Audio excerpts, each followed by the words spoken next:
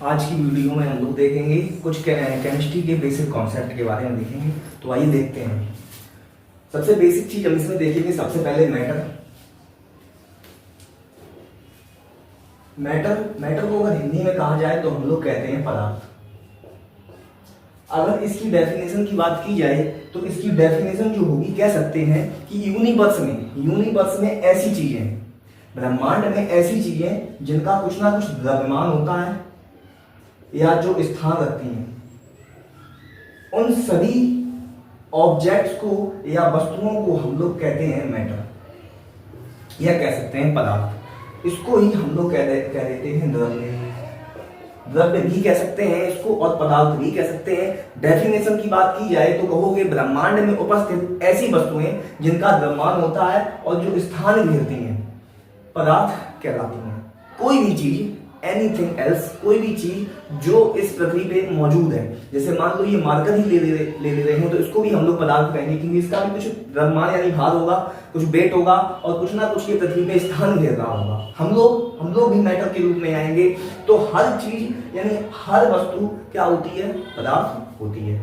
अब अगर बात की जाए कि जो पदार्थ होता है ये मिलके किससे बना होता है, तो इसको हम लोग एक एग्जाम्पल से समझते हैं। फॉर एग्जाम्पल्स कि मान लो ये हम लोगों के पास जो व्हाइट बोर्ड लगा है, अगर हम इसको एक सर्किल के रूप में काटें तो सर्किल के रूप में जो हिस्सा निकलेगा तो कहोगे वो जो हिस्सा होगा उसका कुछ ना कुछ द्रव्यमान होगा और कुछ ना कुछ वो स्थान घेर रहा होगा पृथ्वी पे। तो इसको हम लोग कह देंगे कि ये क्या है? ये है पदार्थ, या ये क्या मैटर है, या इसी को हम लोग कह देते हैं द्रव्य।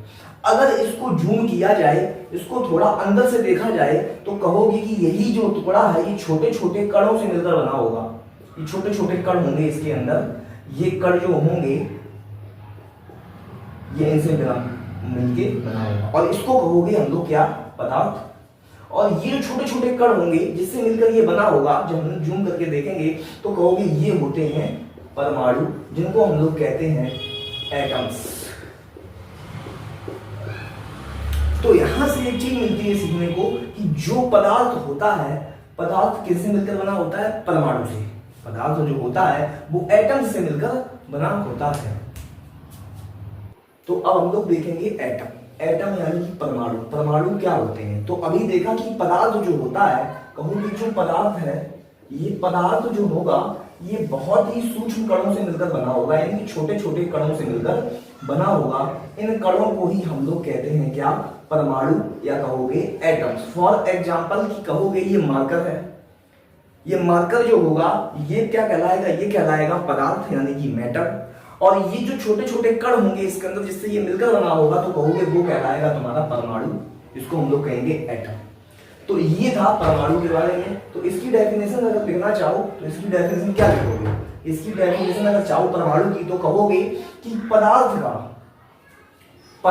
का अति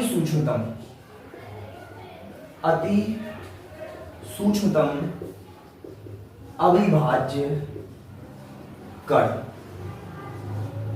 परमाणु कहलाता है। परमाणु कहलाता है मतलब जो पदार्थ होता है उसका अति सूक्ष्मतम अविभाज्य कण। अविभाज्य वर्ड आया है कि जिसके टुकड़े ना किए जाएं, मतलब इससे छोटा नहीं होगा कोई, उसको हम लोग कहेंगे परमाणु यानी कि एटम। ये हो गई परमाणु की डेफिनेशन। अब हम देखें कि परमाणु जो होते हैं, इस परमाणु के अंदर क्या होता है, या परमाणु ये किन चीजों से मिलकर बनते हैं। तो इसको हम लोग डिफाइन करते हैं परमाणु के मौलिक कणों से। परमाणु के मौलिक कण क्या होते हैं? अगर पदार्थ के कण की बात की जाए तो कहोगे पदार्थ का कण तो परमाणु है, तो इसीलिए डेफिनेशन आती है कि पदार्थ का अति सूक्ष्मतम अविभाज्य कण परमाणु कहलाता है। मतलब इससे कुछ छोटा नहीं हो सकता है, किससे? परमाणु से। अब बात आती है कि परमाणु के अंदर क्या होता है, तो बात आती है कि परमाणु के मौलिक कण क्या क्या होते हैं। तो परमाणु के जो मौलिक कण यानी कि परमाणु से छोटे, मतलब परमाणु जिनसे मिलकर बना है, परमाणु से छोटे नहीं, क्योंकि यहां पे वर्ड आया है अविभाज्य, परमाणु जिनसे मिलकर बना है। तो कहोगे परमाणु जो है हम लोगों की तीन चीजों से मिलकर बने हैं, इलेक्ट्रॉन, प्रोटॉन और न्यूट्रॉन।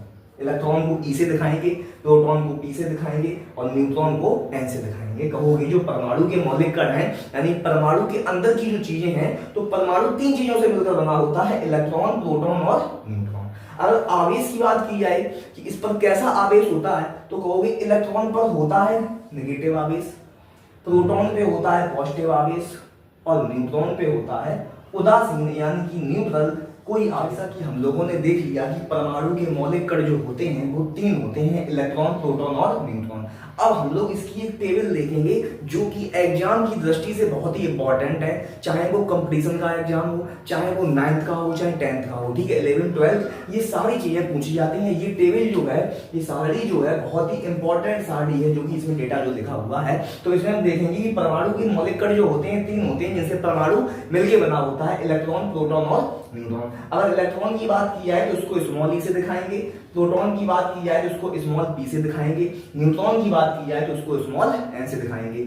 अगर कहा जाए ये कैसे होते हैं, आवेश कैसा होता है, तो इस पे नेगेटिव आवेश होता है, इस पे पॉजिटिव आवेश होता है और इस पे उदासीन होता है, जिसको हम लोग कहते हैं न्यूट्रल। अब बात कही जाए उस आवेश का मान कितना होगा, तो ध्यान रखना इलेक्ट्रॉन का जो आवेश होता है वो होता है 1.6 × 10⁻⁻19। आवेश का जो यूनिट होती है, मात्रक होता है, वो होता है कूलाम। और वही प्रोटॉन का होता है आवेश का मान, बस डिफरेंस दोनों में इतना है कि इसमें हम लोग लगा देते हैं आगे प्लस, इसमें लगा देते हैं माइनस। जैसे कि ये उदासीन है, न्यूट्रल है, तो इस वजह से इसमें किसी प्रकार का आवेश नहीं होता है। अब हम लोग देखेंगे कि इसका द्रव्यमान क्या होता है, क्योंकि ये परमाणु है, पदार्थ से मिलकर बना होगा, द्रव्यमान और स्थान दोनों ही चीजें होंगी, तो इसका वेट भी देख लेंगे कितना वेट होता है, द्रव्यमान इसका कितना होता है। तो इलेक्ट्रॉन पे जो द्रव्यमान होता है वो होता है 9.108, 9.1 भी कह सकते हैं, इंटू 10⁻31 किलोग्राम, ठीक है। इसके बाद कहोगे 1.6 ये किसका होता है, प्रोटॉन का 1.67 इंटू 10⁻27 किलोग्राम, और इसका होता है 1.67 इंटू 10⁻27 किलोग्राम। दोनों के ही सेम होते हैं, इसके प्रोटॉन और न्यूट्रॉन के जो द्रव्यमान होते हैं ये सेम होते हैं। बस इसमें कंफ्यूजन एक ये होती है कि कभी कभार इसमें ग्राम में कह दिए जाते हैं, अगर आपको इसमें किलोग्राम में दिए जा रहे हैं, यहाँ पर अगर ग्राम में दिए जाए तो कहोगे क्या करोगे, 10⁻³ से मल्टीप्लाई करोगे, यानी 3 कम कर दोगे, इसमें 3 कम हो जाएंगे, इसमें भी 3 कम हो जाएंगे, इसमें भी 3 कम हो जाएंगे। ध्यान रखना, तो 3 कम करके जो मान आएगा वो इसमें पावर में जब 3 कम करोगे तो वो जो मान आएगा वो आएगा किसका, ग्राम में। तो ध्यान रखना किलोग्राम और ग्राम में निकाल लेना वो आप लोग कि ग्राम में कितना होगा और किलोग्राम में कितना होगा। अब बात करते हैं कि इनके खोजकर्ता।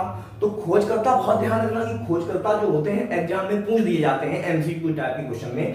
तो जो इलेक्ट्रॉन के खोजकर्ता हैं वो है जे थॉमसन, जो प्रोटॉन के खोजकर्ता हैं रदरफोर्ड, और जो न्यूट्रॉन के खोजकर्ता हैं वो जेम्स चैडविक यानी कि चैडविक। अब इसमें कंफ्यूजन ये रहती है कि कभी कभार प्रोटॉन के खोजकर्ता में गोल्डस्टीन दे देते हैं, यहाँ पे दे देते हैं गोल्डस्टीन।